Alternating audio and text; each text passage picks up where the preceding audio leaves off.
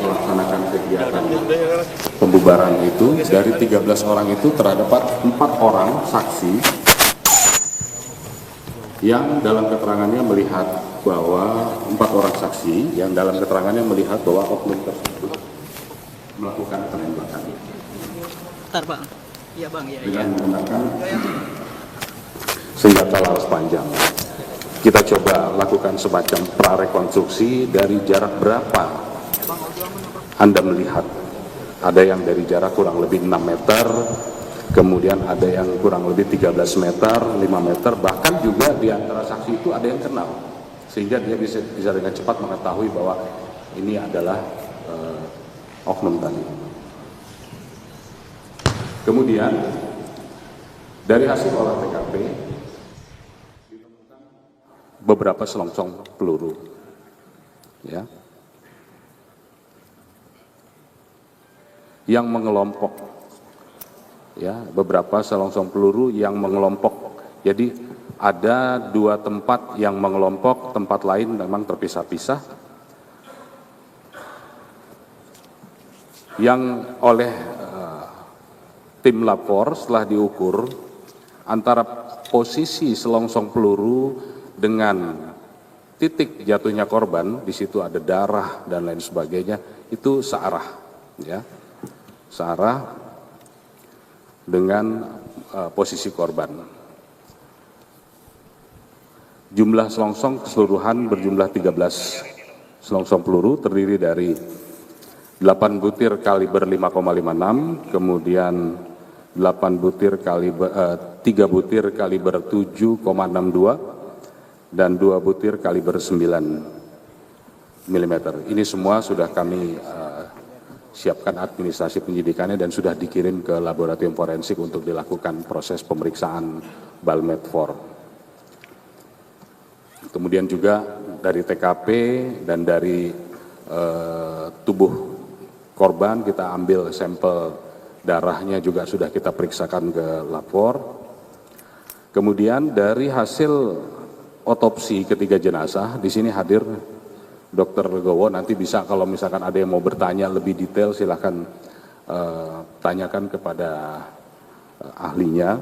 Tetapi perlu saya sampaikan bahwa dari hasil otopsi ketiga jenazah ditemukan luka tembak pada dua orang di bagian kepala dan 1 orang di dada.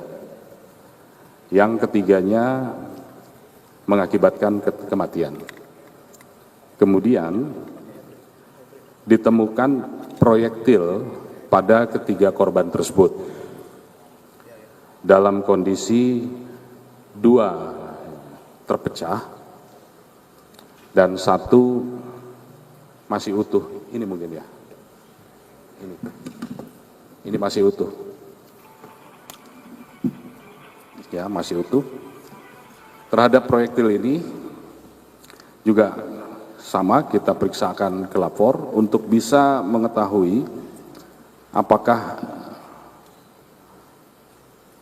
diletuskan atau ditembakkan dari senjata jenis apa, apakah laras pendek, laras panjang, atau apakah pabrikan atau non pabrikan. Nah, ini sudah kita kirimkan ke ke lapor.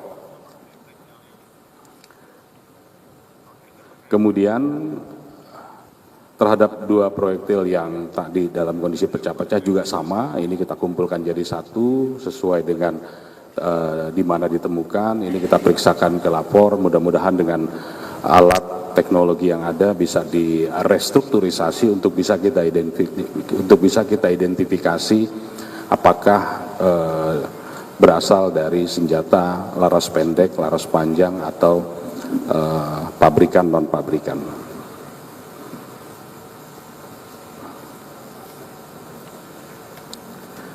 Jadi ini semua yang sudah kami lakukan dan ini juga kita share kepada rekan-rekan dari Korem dan dari Pomdam tentang informasi ini. Kemudian karena kita sudah melakukan joint investigasi, teman-teman dari Pomdam juga sudah menyampaikan bahwa sudah ada 2 orang yang menyerahkan diri dan keduanya berdasarkan pengakuannya berada di TKP. Nah, ini sesuai berarti dengan keterangan-keterangan yang lain bahwa memang ada. Ya, berdasarkan pengakuannya berada di TKP, kemudian juga melakukan penembakan dan membawa senjata api. Namun disampaikan senjata api jenis rakitan.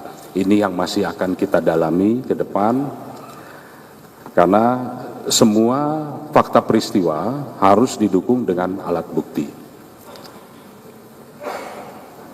Saya ulangi, semua fakta peristiwa harus didukung dengan alat bukti, sehingga semangat kami untuk bisa mengungkap ini, kemudian dengan kebersamaan dalam melakukan penyelidikan, mudah-mudahan bisa memberikan hasil yang bisa memenuhi rasa keadilan bagi semua.